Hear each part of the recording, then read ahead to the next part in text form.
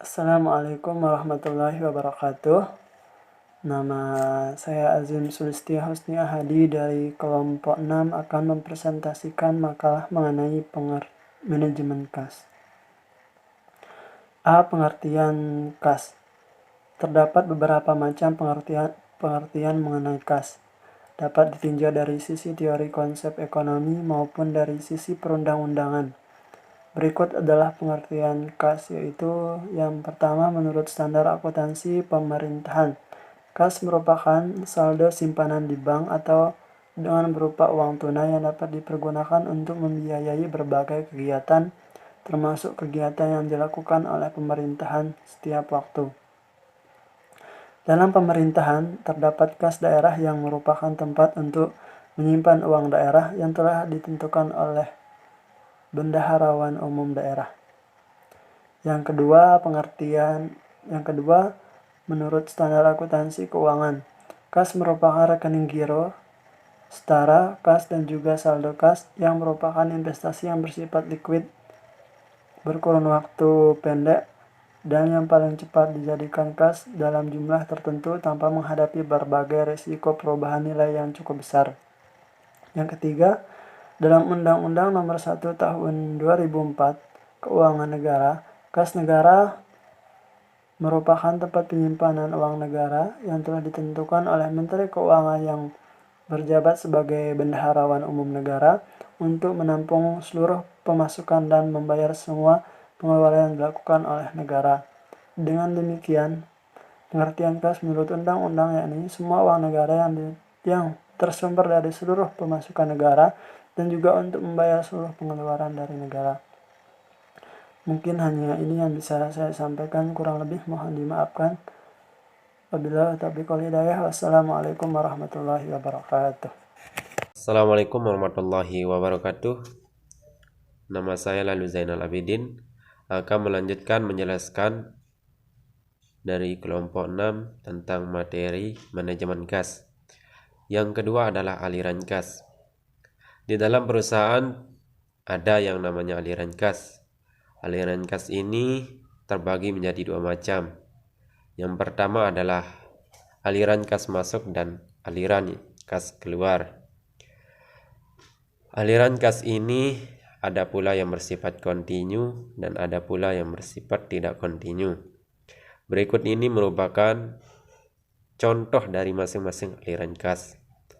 Yang pertama adalah aliran kas kontinu. Contohnya seperti hasil penjualan produk yang dilakukan secara tunai dan penerimaan piutang. Yang kedua adalah aliran kas masuk intermittent. Contohnya seperti pendapatan dari penyertaan pemilik perusahaan, penjualan saham, dan penerimaan kredit yang berasal dari bank. Yang ketiga adalah aliran kas keluar kontinu. Contohnya seperti untuk pembelian bahan belum jadi atau bahan mentah dan gaji karyawan. Dan yang terakhir adalah aliran kas keluar intermittent.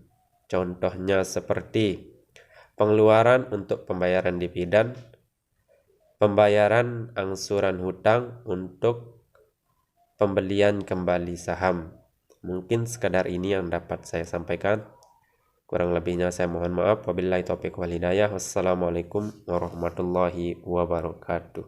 Bismillahirrahmanirrahim. Sebelumnya, perkenalkan nama saya Margarita Anggreni dengan NIM 1902204. Di sini saya sebagai pemateri ketiga tentang faktor-faktor yang mempengaruhi persediaan kas. Oke, saya sebelum beranjak ke atau beralih ke faktor-faktornya, terlebih dahulu saya akan menjelaskan ulang atau memaparkan ulang tentang kas itu sendiri.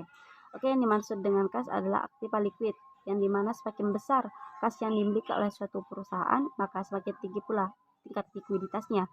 Akan tetapi apabila perusahaan tersebut berada pada tingkat likuiditas yang tinggi yang disebabkan oleh jumlah kas yang sangat besar, maka bisa dibilang perputaran kas itu akan rendah atau bisa dibilang juga over investment, atau bisa dibilang juga bahwa perusahaan tersebut kurang efektif dalam mengelola kas.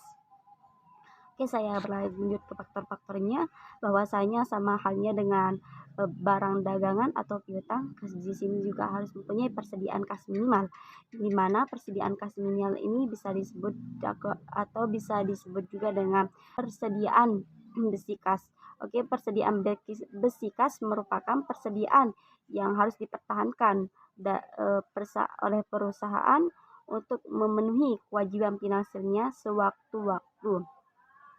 Nah, persediaan kas minimal ini juga berbeda dari satu perusahaan ke perusahaan yang lain, yang dimana di sini yang dipengaruhi oleh 3 faktor. Yang pertama, perimbangan antara kas yang keluar dan kas yang masuk. Kedua, disebabkan oleh penyimpangan antara aliran terhadap perkiraannya, dan yang terakhir itu adanya hubungan baik dengan bank. Mungkin itu saja dari faktor-faktornya, yaitu dari 3 faktor tersebut yang telah saya jabarkan. Kurangnya mohon dimaafkan, dan materi selanjutnya akan disampaikan oleh saudari Ainun Nadirah Amalia. Terima kasih. Baik, saya akan melanjutkan materi keempat, yaitu motif penahanan kas. Motif penahanan kas ada 3. Yang pertama motif transaksi, yang kedua motif berjaga-jaga, yang ketiga yaitu motif spekulasi. Di mana motif transaksi ini sangat dibutuhkan oleh perusahaan untuk memenuhi kebutuhan transaksi, membayar gaji karyawan, membayar tagihan listrik, dan lain sebagainya. Yang kedua yaitu motif berjaga-jaga, di mana kas dibutuhkan untuk menangani jika terjadinya hal-hal yang tidak diinginkan atau ketidakpastian perusahaan di masa yang akan datang. Yang ketiga yaitu motif spekulasi, di mana kas dibutuhkan untuk menanggulangi jika terjadinya kenaikan harga surat berharga maupun investasi berharga, sehingga perusahaan akan tetap mendapatkan keuntungan. Mungkin itu dari saya, sekian dan terima kasih. Bismillahirrahmanirrahim. Assalamualaikum warahmatullahi wabarakatuh. Saya Iza Mahendra akan melanjutkan materi selanjutnya. Manajemen kas. Manajemen kas merupakan suatu pengelolaan dari sumber daya kas yang ada dalam sebuah perusahaan. Manajemen kas ini yakni sebagai manajemen alat untuk berfungsinya perusahaan dengan memanfaatkan sumber daya kas atau sumber daya liquid yang telah dimiliki perusahaan secara efektif. Begitu pula dalam dunia perbankan. Hal yang paling penting dan yang paling utama yang harus diperhatikan adalah sumber daya kas yang dimiliki, mengatur pasukan dana mengeluarkan dari bank tersebut, pengeluaran dari bank tersebut, agar tidak sampai terjadinya kekurangan dana kemudian menyebabkan masalah serius dalam perbankan tersebut. Tujuan utama dari manajemen kas yakni pengelolaan manajemen kas yang baik dalam suatu perusahaan akan membantu manajemen kas mendanai pengeluaran yang telah dilakukan dengan baik tepat pada waktunya. Begitu pula dalam memenuhi kewajiban yang harus dibayar ketika terjadinya jatuh tempo. Adapun tujuan lainnya yakni sebagai berikut. Yang pertama yakni penyediaan kas yang diharapkan cukup untuk memenuhi operasi dalam jangka pendek maupun jangka panjang. Yang kedua, penetapan tanggung jawab untuk memasukkan kas dan perlindungan dana yang cukup hingga dana disimpan. Yang ketiga, pemeliharaan saldo bank yang cukup yang dapat berguna untuk mendukung hubungan dengan bank komersil. Keempat, penyelenggaraan mengenai pencatatan kas. Dan yang terakhir atau yang kelima, penyelenggaraan pengendalian untuk menjamin suatu pembayaran yang hanya dilakukan dengan tujuan yang benar atau sah. Sekian dan terima kasih. Mohon maaf atas kesalahan dan kehilafan saya. Assalamualaikum warahmatullahi wabarakatuh. Assalamualaikum warahmatullahi wabarakatuh. Perkenalkan, saya Nadia Nanda Dewanti, NIM 190502227. Di sini saya sebagai pemateri terakhir akan menyampaikan apa itu dari model manajemen kas. Model manajemen kas akan menjadi jawaban dari permasalahan pembagian aset liquid dalam sebuah perusahaan.